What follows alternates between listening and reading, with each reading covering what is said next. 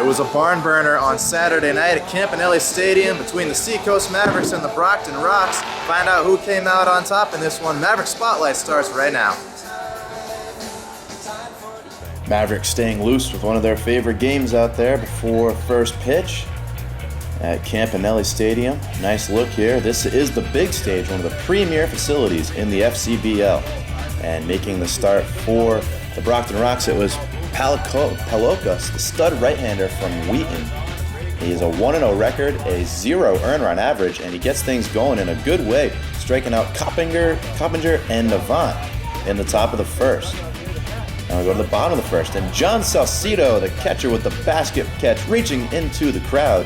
That ends the first inning for the Mavericks. We go to the bottom of the third. Mike Mastroberti leading off. He wraps one right off the leg of Palioca. Palioca a little shaken up on the play, but he's tough. He's going to stay out there and return. The stud pitcher, the ace, going to try to see this one out. Two pitches later, Coppinger, a bunt right at Palioca, challenging that mobility, and it might have had something to do with that error. Throwing error. Coppinger's safe at first. It's first and second.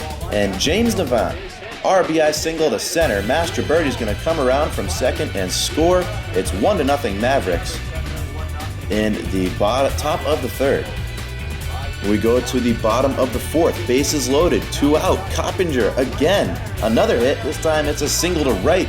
Lynch is going to come around and score from third. Ardicer scores from second. It's a 3-0 Mavericks lead. And take a look at the scoreboard. Look at the other pitching situation. A no-hitter through 3 innings for Shane Beauchemin. He's retired 10 straight batters. This would be the 10th, and it's because of great plays in the field like this. Mike Mastroberti with soft hands up the middle, quick feet, able to make the throw over and record the 10th out of the game.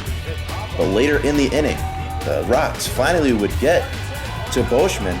Lorenzo Papa charges one out to left field. It's over Buck McCarthy's head, an RBI double. The deep left, O'Brien scores, and it's 3-1. Mavericks still out in front. To the fifth, more great plays in the field. Coppinger having himself a great game out there with a diving stab. And it's more Beauchemin in the sixth with back-to-back Ks. Gets Elliott swinging and O'Brien to go down swinging. Lethal up there on the mound. That's his fifth 1-2-3 inning. But things would get interesting in the seventh. Rob McCunney tags one down the third base line. Halibay is going to score from second. And the Mavericks' lead is now cut to 3-2. Still just 1 out.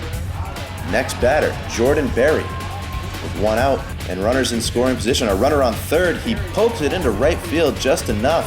Sends Navant deep enough for the run to score on the sacrifice fly. And that is the game-tying run.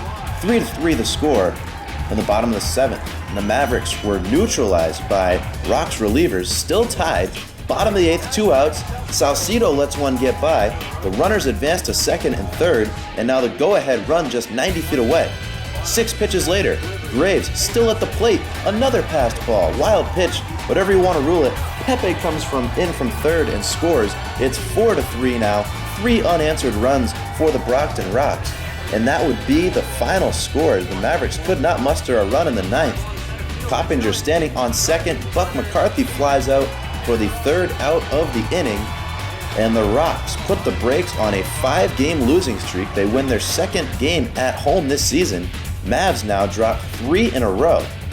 You take a look at the box score. The Mavericks really let this one get away from them. They got Palioca out of the game, but could not get any type of offense going off of the relievers. And Papa does it again, delivering for the Brockton Rocks. He is the man with the hot bat at the moment, producing all kinds of offense. Here's what Ryan Coppinger had to say after the game regarding the loss and playing at Campanelli Stadium. I think it was just a matter of doing little things right. We did a few things earlier in the game that you got away from basics, got away from fundamentals. And they just came back and bit us. There's a couple situations where we should put a few more runs up on the board. It's a little different than Larry. We just got kind of a bigger game atmosphere, kind of like a tournament game at college sort of thing. So we're probably about 500 people here tonight, so it's a fun environment to play in, get the crowd going a little bit, get a little bit of noise. So it was nice. And here is the scoreboard from around the rest of the league. Titans drop one to the Dirt Dogs. Dirt Dogs trying to get some momentum going. The Sharks win another one. They are hot right now. They beat the Raging Tide 5-2, and the Silver Knights thrashed the Navigators 10-0 in Lynn, Massachusetts.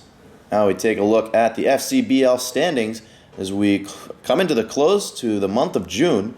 Seacoast Mavericks in third to last right now, 8-10. They've gone 3-7 in their last 10 games. Martha's Vineyard Sharks, they have essentially flip-flopped their position as they are now on top of the league, 12-6, winners of 9 of their last 10. Well, ladies and gentlemen, that's going to wrap it up. Episode 11 of Mavericks Spotlight. We're chugging right along.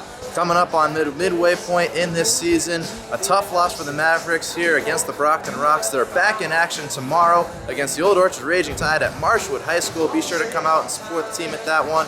Catch us all season long for video highlights at seacoastmavericks.com. Follow us on Twitter at SeacoastMavs and check out our Facebook page, Seacoast Mavericks. Craig Riotto signing off on another episode. Enjoy the rest of your weekend.